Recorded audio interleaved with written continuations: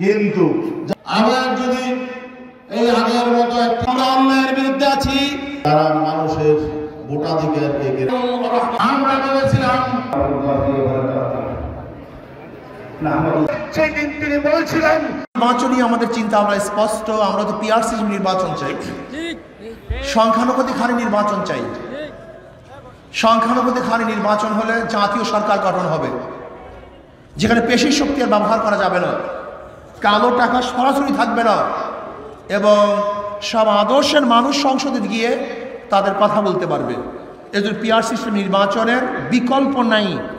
যদি এরপরে নির্বাচন হয় পিআরের বাহিরে, তাহলে ইসলামী দলগুলি নিয়ে আমরা জোট করব, ইনশাআল্লাহ একটা বাক্স দেওয়ার চেষ্টা করব। যদি কেউ স্বার্থের কারণে সেই জোটে না আসে, বা আমাদের কোয়ালিশনে না আসে, বা সমঝোতার মধ্যে না আসে, তাহলে ইসলামী আন্দোলন বাংলাদেশ তৎকালীন সময় যেরকম বিগত দিন ইসলামী আন্দোলন বাংলাদেশ হাত পাখায় সব জায়গায় নির্বাচন করেছে, ইসলামী আন্দোলন বাংলাদেশও সেইভাবে ইনশাআল্লাহ নির্বাচন অংশগ্রহণ করবে।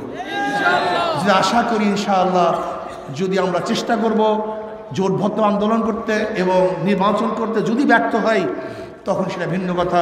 আল্লাহ আমাদের সবাইকে ইসলাম হুকুমত কায়েম করার চেষ্টা করার তৌফিক দান করেন।